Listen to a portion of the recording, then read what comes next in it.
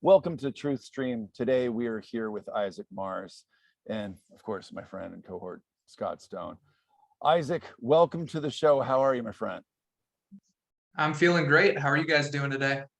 Very good, very good. Yeah, we met Isaac at the same conference that Brad Olson was at down in the Mount Shasta area last year. We didn't get to go this year, but he got to speak this year, which is very cool. And I think that's available on his YouTube channel.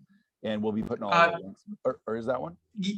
It's on Meet Tina's channel. She was actually the one that recorded it. So, Oh, well, thank you for clearing that up. And we'll be putting those links yeah. below as well. So, yeah, well, let's start a little bit about, your background and maybe what went on at the conference, and then we'll let this unfold organically. Sure.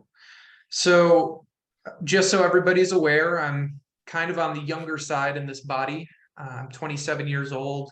I was in the military for almost 7 years as a combat medic. Thankfully, I didn't see any action overseas. I was specifically a part of clinical operations, but I learned a lot about biology and the human body through those experiences. And in order to get into the military, I took the ASVAB, which is the entrance exam. And I remember specifically when I took that exam that I got 100% on the pattern recognition portion. And later during my awakening, I realized how important that was for me and my character in this cosmic play that we're all experiencing. So in the beginning of 2021, I was actually working to become a science fiction novelist. And I was writing a story that I had spent nearly 3 to 4 years crafting. I had made the characters, the plot line, the ideas for the story, but I had not started typing until January of 2021. Well, as I started typing it up, I ended up thinking, I want to explain time to my readers in a very realistic way because I was using my knowledge in medicine to make the injuries and medical circumstances hyper realistic. So I wanted to kind of go that route with everything to really pull the reader in. And that's when I started doing my own research on Einstein's theory of relativity and the idea of simultaneity, which is the concept that all of time happens at once. And this is what all mainstream physics and quantum theory proposes to us. It's just kind of swept under the rug when people think about time because there hasn't been a clear way of describing it, well, at least up until now.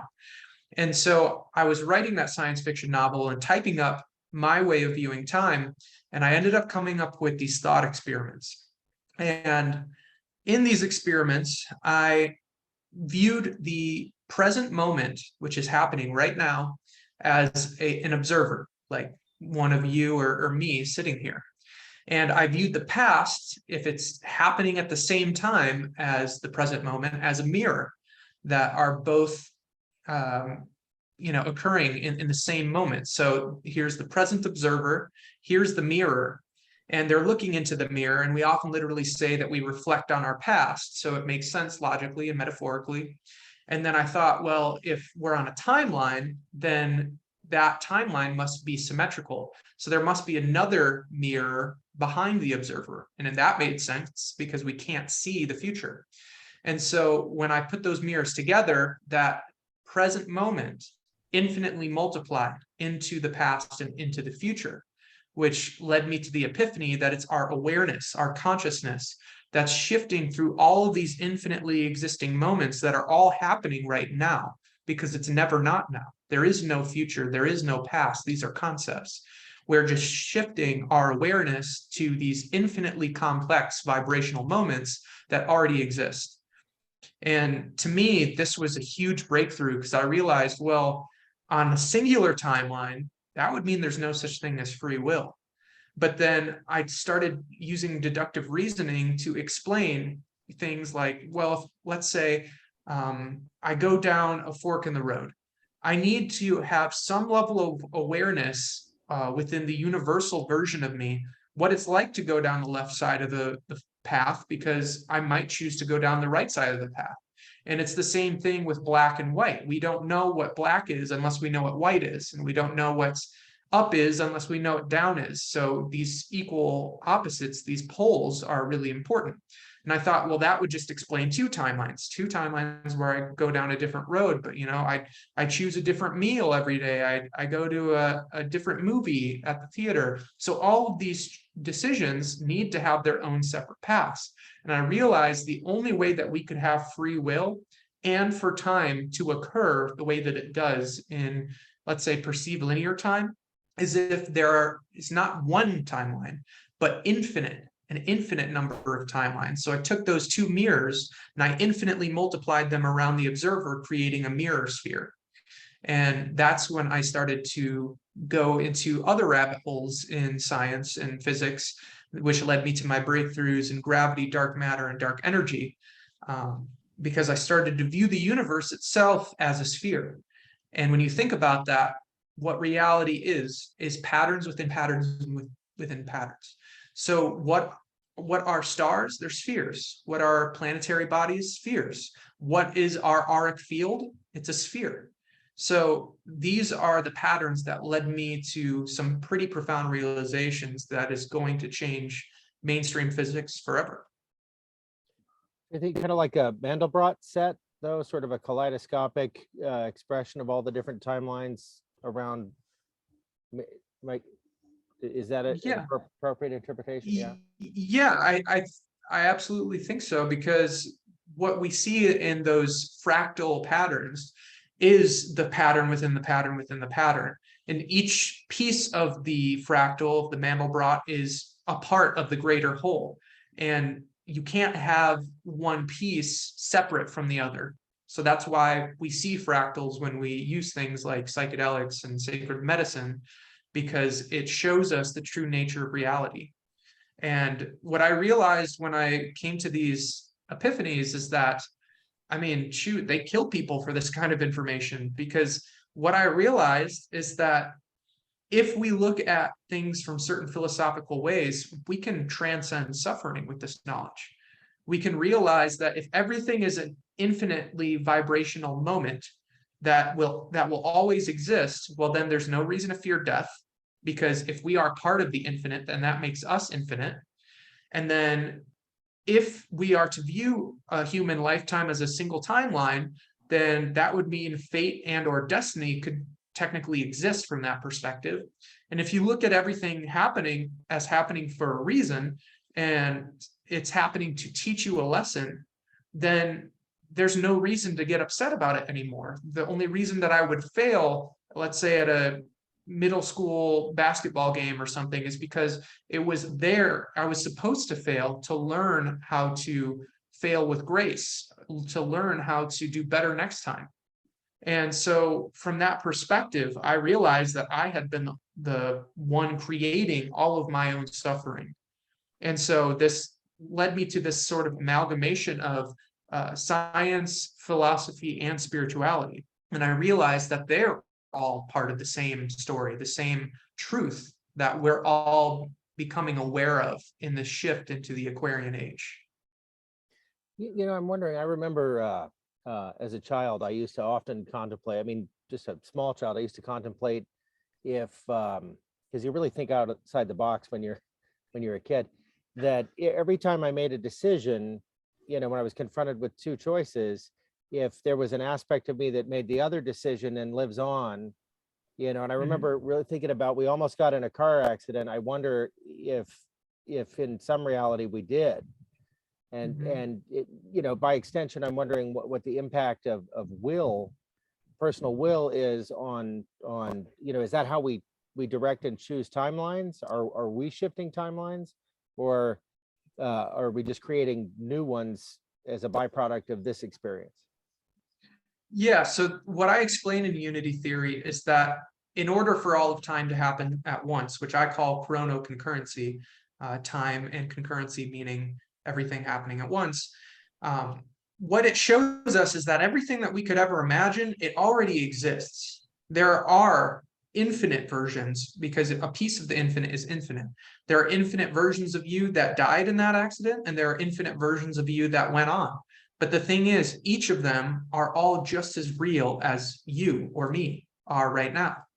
And that's why in spirituality and Eastern philosophy, we come back to the conclusion that the only real thing is this moment right now, because it is what we're anchored into. It's what we're actively experiencing. It's not one of the other infinite realities that are all unfolding right now. It's our actual experience. And so I would say 100%, for example, we have been having this conversation for eternity, and we will always have it for eternity, but our consciousness will shift to other moments in which this isn't what we're doing. And so that's how we can explain simultaneity. And the importance behind this is that if you can imagine something, not only is it possible, it already exists among the infinite timelines, because that's what infinite is. It's everything.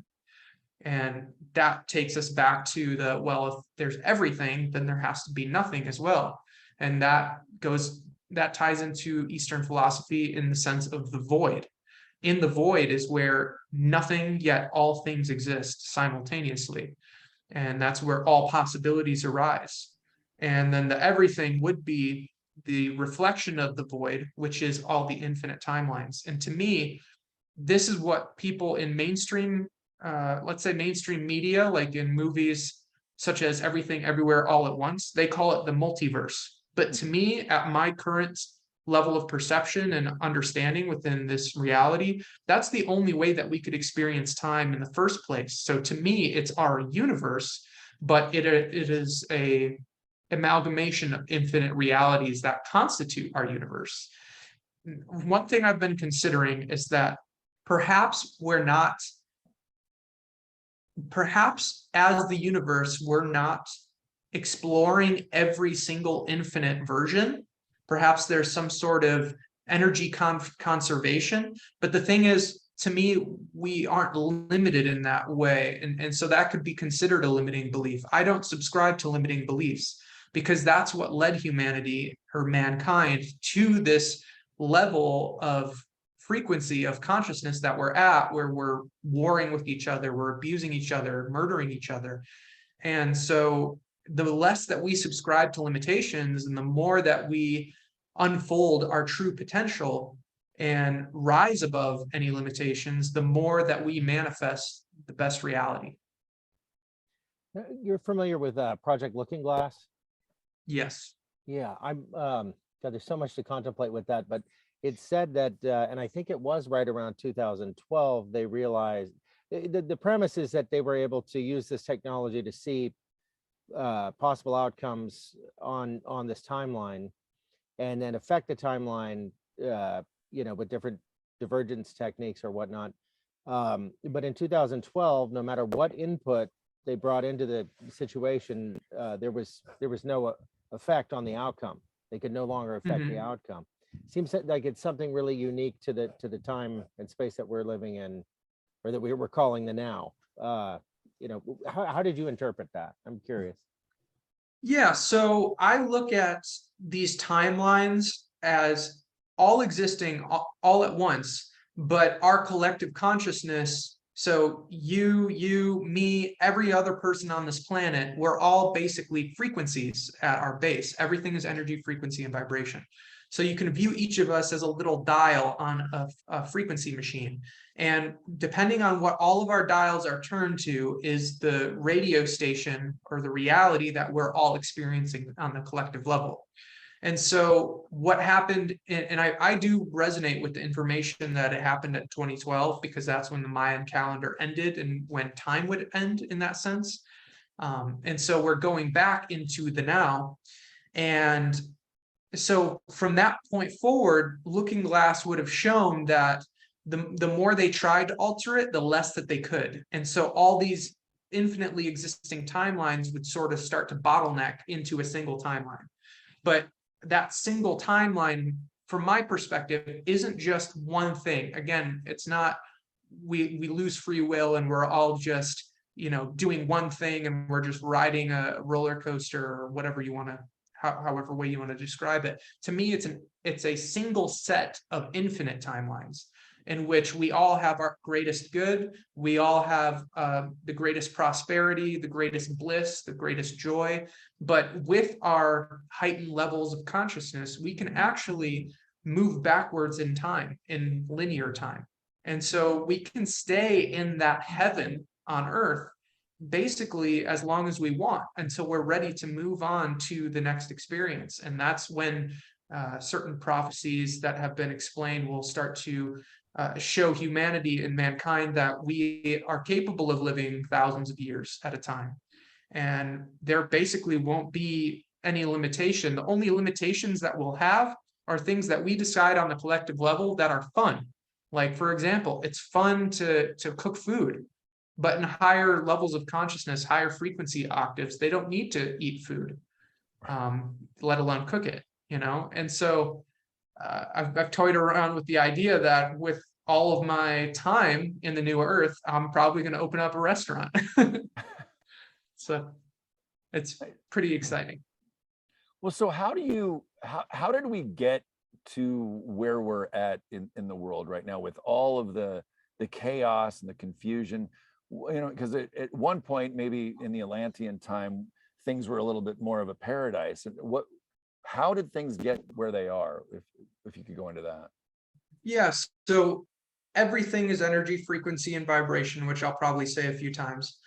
But that has to do with one of the 12 universal laws, which we actually went over last year together, the law of rhythm. So the law of rhythm states that everything moves in cycles, rhythms, and seasons. And so there is this vibration that's unfolding. And what we saw is we saw the rise of Lemuria, then we saw the fall of Lemuria, then we saw the rise of Atlantis, then we saw the fall of Atlantis. Now we were down here, and that's where our reality has been. And we're starting to come back up into the age of Aquarius, the golden age of mankind. But the thing is, things aren't getting worse. We're just starting to see them. The veil is being lifted right now. So we're coming up into this higher vibration range, and they can't get away with it anymore. And so that's why a lot of these timelines are starting to bottleneck, because it's that vibration, that season for the light to shine through and take back the reign of this specific planet. And from what I understand, after this one, the height of this frequency rises, this vibration of up and down of three-dimensional reality is shifting to a different part of the universe. And so it'll be a different planet with different terrain, a different name, a different galactic story that's not Earth. And Earth is going to be this paradise for who knows how long in this reality. But that's how we've gotten here. And a thing to note is that when we think about how we experience reality, all of it, including this body, exists only within our mind. So the 12 universal laws are also kind of compacted in ancient knowledge called the 7 Hermetic principles. And the first Hermetic principle is that everything in the universe is the divine mind. And so the way that we experience reality is holographic, or what I like to call holodynamic, meaning the whole dynamic is within every single being. So the way I look up at the stars and I look at the reality around me, all of that is inseparable from me. We look at ourselves in mainstream science as organisms, but really we are one with the environment around us. That organism and environment distinction is actually something that's contributing to the illusion of separation, which has led us to this rabbit hole where, though we are all the one, we are all the universe experiencing itself, we have forgotten that in this vibration, and we have, on a higher dimensional level, agreed to these experiences that we're going to have so that we can learn who we are and learn more about ourselves. And this is why I have a lot of compassion for those that are playing the roles of the villains, the bad guys, the evil ones. All evil is live backwards. It's a backwards way of living.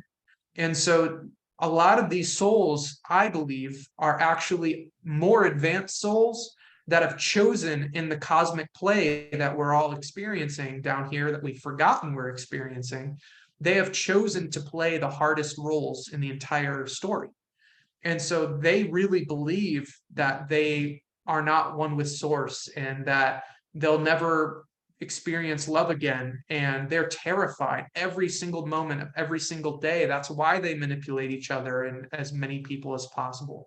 But the thing is, they did that on a higher level out of unconditional love for us so that we could experience what it's like to be powerful, to rise above any sort of trial or tribulation. And a lot of people have been programmed by those same people that I'm talking about within our story to think the opposite, to hate them, to want them to die in prison or whatever. But the more that we hold anger for them, the lower vibrational we are, the more we're clinging on to that old cycle, that's limited survival mentality reality, which is very dark and depressing and full of abuse and war. The more that we begin to show these beings forgiveness and unconditional love, the more that we will empower ourselves so that we can access a higher vibration. Forgiveness isn't necessarily for them, it's for us. Because when we're holding on to those energies, it's like poison that we're drinking and swallowing every day. And since we are all one, we're all completely interconnected. When I help myself, when I raise my own vibration, then I'm helping to heal everything and everyone else. And vice versa. When I get to the point where I feel personally empowered and standing in my power, then I can start helping everyone else. And by helping them, I'm helping myself. Because every single act is a vibration. Everything is vibration. And so all those vibrations are building and building. And to me, that's what karma is. Karma is not like, oh, you did this and this in your past life, and now you have to pay the toll. To me, karma is simply the energy that we're carrying in this moment. And so if you have a bunch of families or a bunch of, what's the word, generations of a family that are doing the same thing to their kids over and over and over again, well, that's ancestral karma, because that energy is being passed down and replicated in a pattern. And that's how we are able to transform or transmute this ancestral karma, because we'll be embodied in a family that's, let's say, extremely abusive. Let's say even Satanist or Luciferian family, and be able to turn from the darkness to the light. And to be honest, this is kind of out of left field, but I feel like saying it. That's how I feel about our brother Elon Musk and Tesla. I think that he was born into an extremely dark family. He's been very open about how his family was extremely abusive growing up. And I think that he's positioned himself in terms of the cosmic play to be a very powerful being if turned to the light. And so that's why I tried to reach out to him at one point. Oh, and I know we do want to get into that, but I know you have a burning question, don't you? I have a few. Yeah. I mean, Go I'm ahead. conversations. Well, I mean, we're and you'd gotten at this a little bit before the interview, the idea of all these different prophecies. We have the Hopi and Christian traditions and so on and so forth. They all point to, we're at the end of the age, or we're entering the age of Aquarius. We're at the end of the Kali Yuga. There's something very significant about this moment, and it's pretty obvious if you look around that people are behaving accordingly. But it suggests, and I've heard it described in a number of different ways. I'd love to hear your explanation of like this bifurcation. In one model, you have Earth, and then you have New Earth, and it's just simply a bifurcation. Both will exist. One is just resonating at a fifth dimensional level, while the other one remains in a three-dimensional construct. There's the old rapture we used to hear about, with the Christians, where people would just, it was often depicted where they would just, rise up into the heavens, and they're all of these things are all kind of coming together right now. How do you interpret it? Yeah, so I think that the bifurcation concept is helpful for our current understanding in mainstream society for how things work typically, or how we've been taught how they work. And so the way that I view it is that there is no bifurcation. there are already two realities that are coexisting eternally. And so we're shifting our consciousness to the one that's already been there, but we're doing it at such a profound level that there is going to be this sort of event that unfolds for the people that aren't doing that. And so that's what we would call the bifurcation. But the thing is, it's just realigning with another dimensional version of ourselves.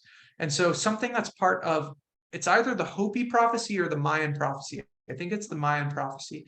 It talks about that the 144,000, because that number is mentioned in the Mayan, the Hopi, and the book of Revelation, all three of those prophecies. And correct me if I'm wrong, anybody that's watching, but I'm pretty sure that's the case. And they say that the 144,000 are going to ascend into the body of their dreams. And so, I guess this is coming out right now. I don't mention this too often, but I have had an actual vision of myself in my ascended body. And so I know 100% it's real. I know that things that we're going to be experiencing, it's something like science fiction, but there is no fiction. That's been one of the great lies that's kept us stuck in this idea on the collective consciousness that there's certain things that are impossible. But in my book, Unity Theory, which talks about all of my, I can't really see it. It says right here, the impossible is possible. And so that's what I'm excited about. The more people that read Unity Theory, the more people that realize the truth about reality and how it works, the more that we tap into those higher vibrations and start to give ourselves the scientific permission slip to co-create a reality where there are things that we would consider superheroes. That's one thing that our good friend Ishmael Perez talks about that I agree with, that we're going to see those beings because in some of these prophecies, it talks about how the 144,000 will come back to assist humanity. And what coming back means to me is being able to shift dimensions at will. So this current reality will continue on when that rapture happens, when the ascension begins to happen en masse, let's say. In regard to ascension, it's going to happen to me in sort of waves. Like everything is frequency, so that's how we would see it. So there's going to be a few to ascend before anybody else. And then it's going to be a bunch of people ascending. Then it's going to be huge waves of people ascending. And then it's going to die down a little bit. And those first wave, first two waves may be the 144,000 that are able to shift frequencies that will bring their ascended body into this reality, being able to tap into abilities that we've taught or science fiction, telepathy, telekinesis, flight, things like that. The way that I like to explain flight is if you were to view yourself, like imagine yourself in front of you and just all the different versions that are all simultaneously existing. You're just shifting your consciousness into those moments that already exist, and therefore you're flying. And so all of these things are very realistic. It's just we've convinced ourselves that they're not realistic, and I don't know why, because when I was a kid, I was always trying to fly and like shoot energy out of my body like Goku from Dragon Ball Z. And so I'm ready for that to happen. With regard to the 144,000, I've often wondered if that isn't, rather than referring to a number of individuals, I wonder if it's referring to a frequency, that when you achieve the frequency, you have the experience, because they seem to play both ways. What do you think? So the way that I view reality in general is that it's built on paradoxes. So we have the experience that we are existing right now. But how could we know that we're existing if we didn't also simultaneously not exist? Therefore, it's a paradox. We need to be able to know that we don't exist at some level within our being to understand what it's like to exist. In the same way, we need to know what sweet is to be able to define what sour is. And so, to me, everything is both. It is both a frequency in which you can tap in and have that experience. And also in the story that's unfolding, I believe there are 144,000 individuals that are souls that decided to incarnate and play certain roles. Does that make sense? It does. Yeah, well, and that's the thing. I didn't really realize that we were really in a battle of good and evil, and until the last couple years. In fact, when Trump first came on the scene, I didn't understand it. I'm sitting there going, why is he tweeting? And I just didn't get it. And then I started looking into it, because so many of the people that I've looked up to, whether it's Hollywood or musicians, etc., they were so against him. And then you start looking into gematria, the way that, if you look at the capital letters in Trump's tweets, I've dug into this, that he's saying hidden meanings. And then I started really realizing what was going on, and then realizing how much evil there was in the world. And what ties into this is now I realize there truly is God. It's really restored my faith in spirituality. And I think that's, I was listening to Quite Frankly last night, talking with Polly, the amazing Polly. And it's really cool to see that there's a lot of people are awakening to that there really is creator, there really is source, and where before they may not have really been as tapped into that. Any insight into that you can offer? Yeah, so what unity theory goes into, without being extremely direct, is that spirituality is the true science. We've just been convinced by mainstream science, which is all, let's go into fake news and the idea that the law of correspondence dictates that what we think creates our reality. When we look into mainstream society, we realize that at an institutional fundamental level, everything that we've ever been taught has been a lie. It's all been taught to us to be low vibrational. So it tricks us into using our own divine powers against ourselves. And that's why in my reality, this may not resonate for a lot of people because of the programming of society, because of the dark ones in the story, but there is no victim. Nobody is a victim, because we are all the universe experiencing itself.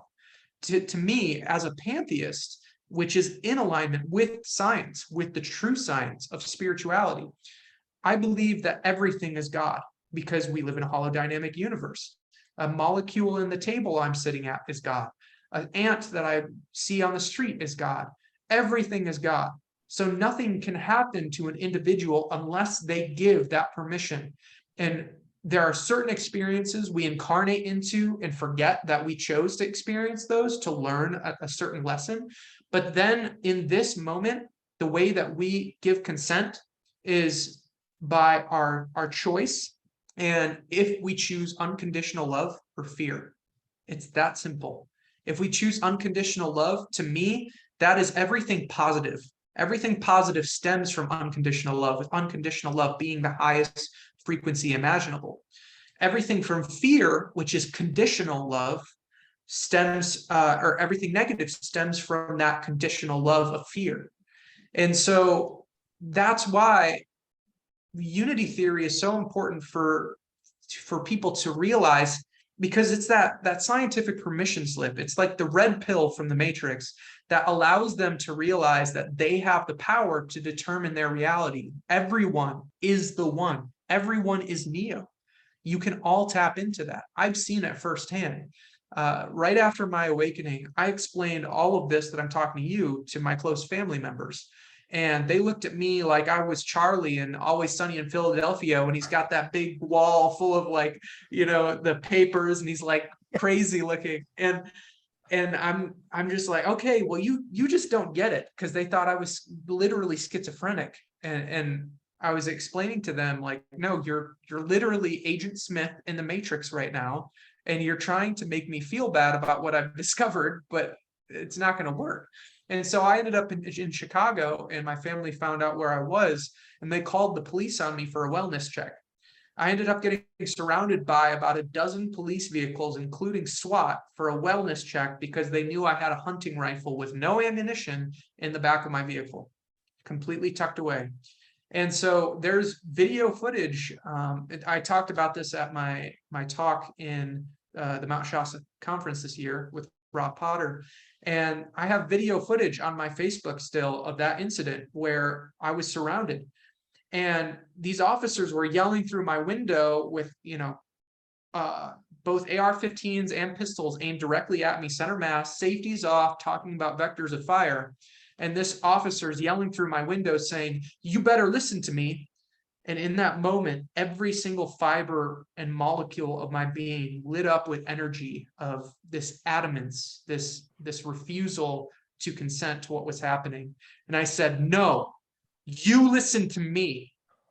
And every single officer simultaneously lowered their weapons and took a step back and then looked at me like, "Who the heck are you?" And I was like, "Oh my God, I did that." And I've shared that with other people, and they have had similar experiences. They tap into that energy. Some call it the I am presence. Some call it, our divine self. But it is the power within us to choose courage, which is a step above anything fearful and low vibrational. And that is how we create our reality.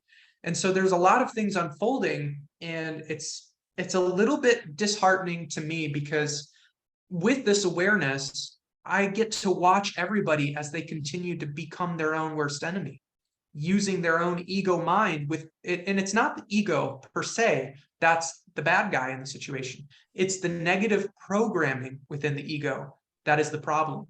And so they're working from this unconscious programming within their ego mind and still choosing fear, still choosing division and separation. And I'm watching them as we go towards what I see as these two parallel timelines, the proactive timeline and the reactive timeline.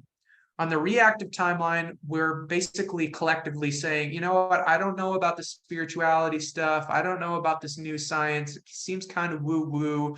I'll be fine in my reality. I'll just fake it till I make it." And then suddenly your family is dying. Suddenly your, AI or something starts to get into mainstream society, and we see all these dark things manifesting in this war and these famines.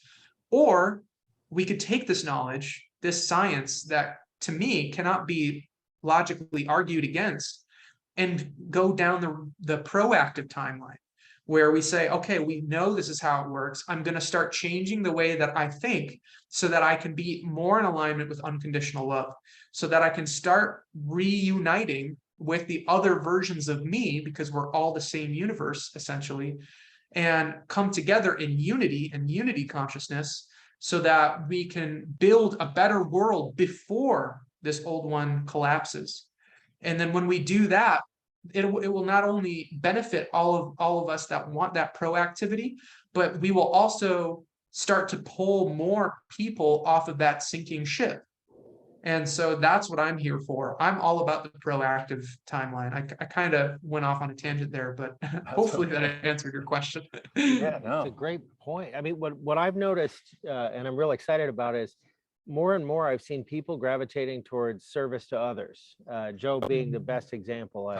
Just because we're so close, I see it every day, and he really is constantly finding new ways to serve others. And that might be just coming into alignment with that unconditional love, which is very much a part, as I understand it, of a 5D experience. Have you noticed that as well? Yeah, absolutely.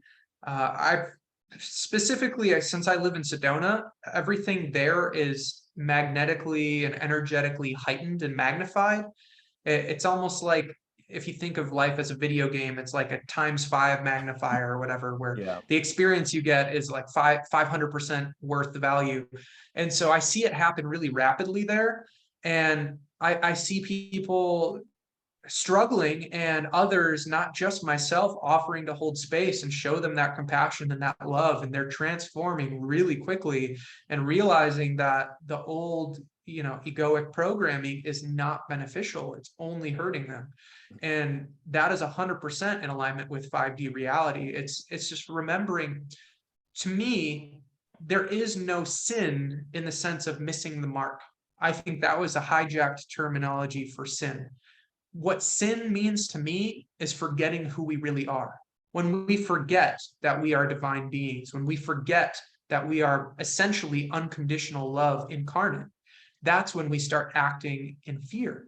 And that's when we start dividing and hurting each other. But the second that we remember the truth and remember who we are, then there's no more problems anymore. If we look at Genesis, the original sin was the fall from God, was just the separation from God, the very notion that we're in some way separate. And then everything changed to a far less pleasant paradigm as a result. Right. That separation from God, I think, is really, and that's true in a lot of different spiritual traditions, not just Christianity. But... Yeah. And the thing is, nothing can be separate from God. Right. God is this energy. God is this experience. So it's just this perception, this illusion that has led to so much chaos. But it's something that we all chose to learn from. Do you, you've probably heard about the whole idea. Sometimes it's presented that the Anunnaki set up a simulation that's broadcast from Saturn. There's been all different descriptions. Hijacked information. A simulation. Yeah. Hijacked information. Everything in reality, if you look at it from the aspect of chronoconcurrency being infinite timelines, how is that not a simulation in and of itself? I mean, it really is when you think about reality as we experience it. If we're having this timeline, but there are infinite others, then what's the point, right? From this perspective. But the thing is, either nothing matters or everything matters. I have met people in the nothing matters perspective. In fact, that's a huge key point in the antagonist of Everything Everywhere All at Once, that movie that just came out. Right. That nothing matters. Well, the thing is, the opposite is just as true. So everything matters. And so when it comes to this idea of a simulation, we could call it that, but to me, it's kind of a negatively charged word. I would rather call it a beautiful dream or something like that. The only difference between this dream and our dreams when we're sleeping is that when we wake up, we decide to come back to this one. So it's a reoccurring dream that we keep subscribing to.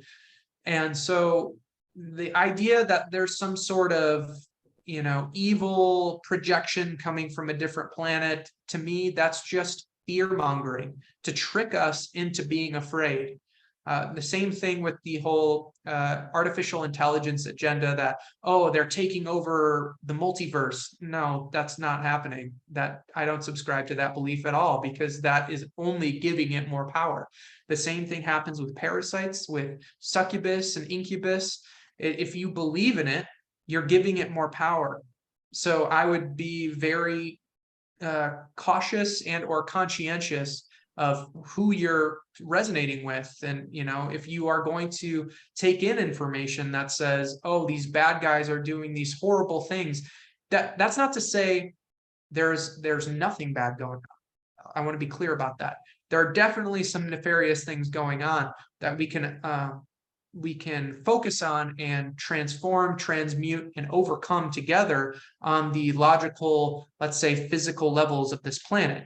But when it comes to any external stimuli, specifically from some Saturn narrative, I don't subscribe to that whatsoever. In fact, I know my last name is Mars, but I don't subscribe to the fact that Martians are, coming and going from the planet. What I learned in my experience, which I touched on a little bit at the Mount Shasta conference this year, is that what resonates with me is that we are in a global quarantine. We have this shield, let's call it, around the planet that has been put in place by what Alex Collier and I call the Alliance. So he called it that before I ever did, just to be clear, but it resonated with me. And so when I was on Mount Shasta last year, a little bit before I met you guys, actually, I had this profound experience with my close friend and brother, Nathan Lindsay, who's Vibes and Frequencies on YouTube. Some people call him the Moldavite guy. He was talking about Moldavite before it got big. And so he and I were up on the mountain. We were just drawn up there energetically, and we were camping out. and on just this like precarious little rocky spot that had a little bit of flat area for us to put some sleeping bags out on. And he and I had a profound experience in which he saw a star that was moving. And at first I was like, I don't know about that. Like, that just looks like a star to me. He's like, no, it's moving. That's a UFO. And I just let go of all doubt. Like, this is Nathan. He's telling me the truth. I'm going to trust him. And then lo and behold, I saw the star moving. And we were communicating with it, and he asked it to make some shapes. It would make a circle for us, and we could visibly see it. And so, lo and behold, long story short, after about 2.5, 3 hours, starting at 9:30ish with our interaction with this one ship, we started seeing all these different other ships phasing in, literally like teleporting into our vicinity. And before we knew it, they were starting to interact with us on a full scale. He would ask me, he would say, who do you think it is? And I would say, I think it's the Galactic Federation. And then they would light up, and then they would dim down again. And then he would say to me, what kind of star nations do you think are up there? And I would say, I think all of them are. The whole family is. And they'd light up again, and then they'd get dimmer, confirming that that's what was happening. And I had some other interesting experiences that if anybody watching this is interested, and I recommend looking up my talk on Meet Tina's YouTube. But we had some profound experiences. And at the end of the night, I realized that there is a lot in our skies that we think are stars that are maintaining the illusion, but it's not exactly what we think. And one night I was interacting with one of those stars, those ships again, and I was asking it questions, and I asked it, are you a part of the Galactic Federation? And then it gave me a left and right, which was no. And then I asked it, are you playing the same role right now that the Galactic Federation is playing? And they gave me a yes. And so to me, that meant that they were aligned with the Galactic Federation. They were part of the alliance that I talk about. And so I recommend anybody who feels like extraterrestrials are real and that they're here to help us to try that, to try and communicate with a star. Just follow your intuition and see if it's a star, see if it's a ship. And if you really believe and let go of doubt and anything fearful, they may respond. And what that experience told me is that all of these millions to billions of beings are holding space for us as we do our shadow work on the global level. And when I think about, humanity coming together and overcoming the darkness, it can be a little intimidating. But if you are aware of and interact with a group incredibly large, made up of these warriors of light with Gandhi or Buddha level unconditional love, then you realize that there's nothing to fear fundamentally, that everything's going to be okay. And that's what's really exciting for me. Again, a long answer. But That's great. okay. I've had a similar experience 2 years ago with this amber orb that it stood out. Was that a star? Was it a planet? And as I studied it and I, posed questions in my mind, it would pulse. And I never thought to open a dialogue like a conversational way like that, but if it happens again, I think I will. That's a great idea. Yeah. Yeah. Really cool. So when you asked, did you ask the questions out loud or just think the questions, and what were the questions, once again, to maybe help people understand how to ask? So I tried it both ways, and it worked both ways. So you can ask verbally if you're not, kind of weirded out about telepathic communication. But I asked them verbally, and let's say I would say, can you make a circle with your ship? And then they would do it for us to show that they're willing to communicate. Wow. And then I would do the same thing with my mind. I would say, can you make a heart shape? But I would think the question, and then they would make a heart shape with their ship. And so it's both. They are tapped into us. And so this is just an interesting side note. A lot of people in this world have been taught to value privacy a lot. But when we realize that we are one with everything, privacy is an illusion. In the future, in 5D Earth, there's not going to be any secrets or dirty laundry. We're all going to have that out in the open for everybody to see. But the thing is, we're going to be so unconditionally loving with ourselves and each other, it's not going to bother anybody. And we're all just going to know each other in that deep way. And so they're kind of always, watching. Awesome. Well, I know we talked about a couple, the physics behind what you bring to the table. That was one thing, and then your ET contact experience. So either one of those you want to delve into a little bit more? Yeah, what I just explained. Yeah, what I just explained was more of my ET contact thing, and Okay. I want to be clear. By the end of that night, there was essentially 1,000 or more ships that we were interacting with. They were all moving. They were creating these conga lines and changing the colors of their ships like a rainbow. Oh, wow. It was, okay. yeah, it was really profound. It was basically an entire fleet of ships that were interacting with us. So that was my contact experience. Actually, since then, I've been on a guided shamanic journey with certain sacred medicine. And so it's something that we can activate within ourselves. It's dimethyltryptamine. It exists within our pineal gland. It exists within many aspects of our body, including our lungs. And so I went into this guided experience with one of my close shamanic brothers. And basically, the 3 times that I went into this mind state, I was flooded with all these galactic beings, like connecting consciousness and showing themselves to me. I saw basically every race that we've been taught of.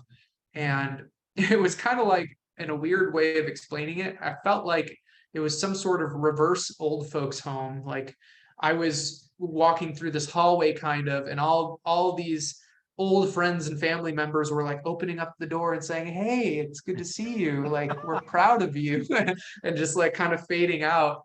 And I got some interesting downloads from that experience. One thing is, there are, let's say, high vibration and low vibration of every race. There are good and evil of every race.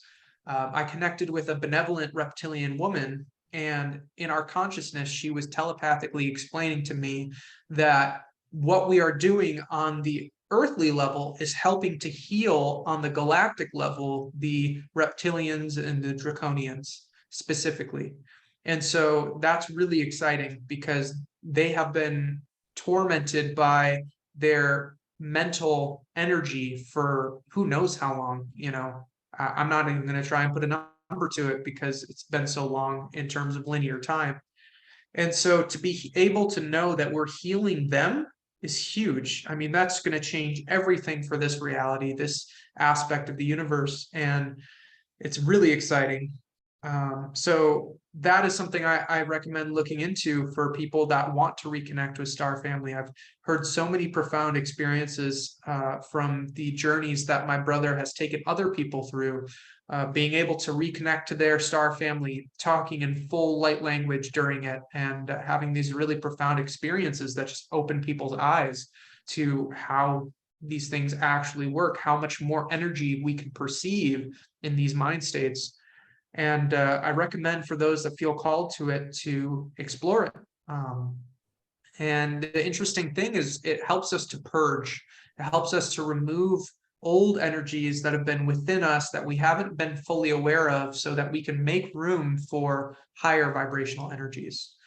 And so that was another contact experience I had. Oh, and in that experience, I was given a literal vision that each and every one of us has a ship. Mine looked like one of those stereotypical disc-shaped ships.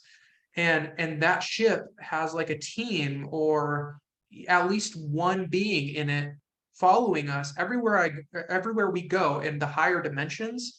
And they can help us in behind the scenes, as long as we continue to have faith in the universe, have faith in God, let's say. But if we start to doubt, if we start to choose fear, then they have to be hands off, and they can't help anything. And I'll tell you what, if the dark agenda could hack into my computer and steal files against my will and mess with me, then they'd be doing it.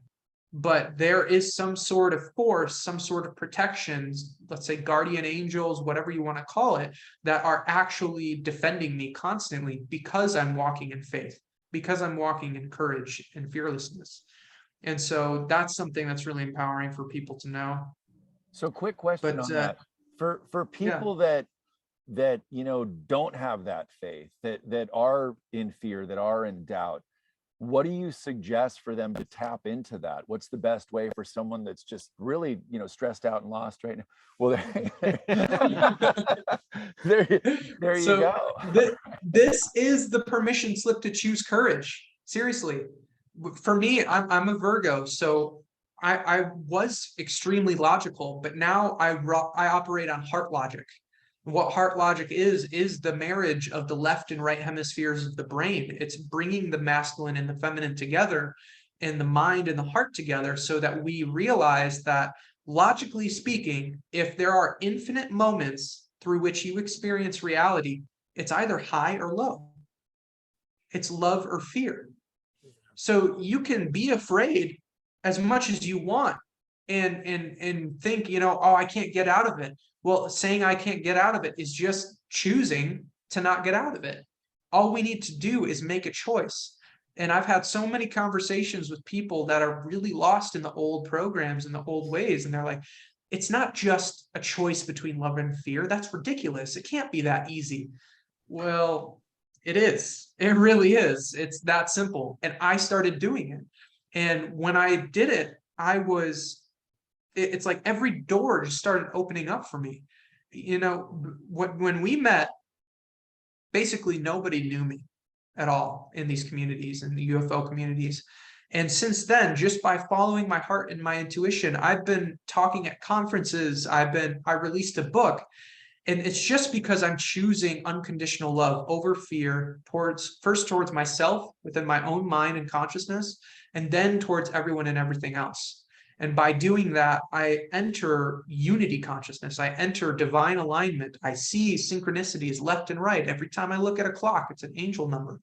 And all these things happen. And I know that, all right, it's all working. And the more that I start to see that, it becomes an exponential curve. So for someone who hasn't been privy to this knowledge, let's say they've been afraid, they keep choosing fear, they're down, let's say they're rock bottom, right? And so they read unity theory and they're like, holy crap, is it really this simple? We just start to choose love, and they make a choice out of love. And then their universe reflects that back to them. And they're like, holy crap, it worked. Well, then now their faith goes up. And when their faith goes up, they're more likely to choose love again. So their faith goes up again. And so it becomes this exponential uptick where the universe starts immediately reflecting things back to us. That's why unity theory is so important to get out to the masses, because the more people that start to live this knowledge and embody it, the more that all of us will begin to heal. We'll all start to lose those old paradigms. We'll all transform and transmute that old low vibrational energy into something that's beneficial. And the community that I have felt and the unity that I've felt with my brothers and sisters in Sedona has been profound on this path. And to me, Sedona is a little pocket of what we're going to experience when we're in heaven on earth. So it's pretty profound. Very cool. And a deliberate management of your state. Once I started to get more deliberate about managing my state, right, so many anxieties and fears just kind of melted away, because they really can't reside in a well-managed state, I think, for the most part. Exactly. That's what that's what consciousness is. It's awareness.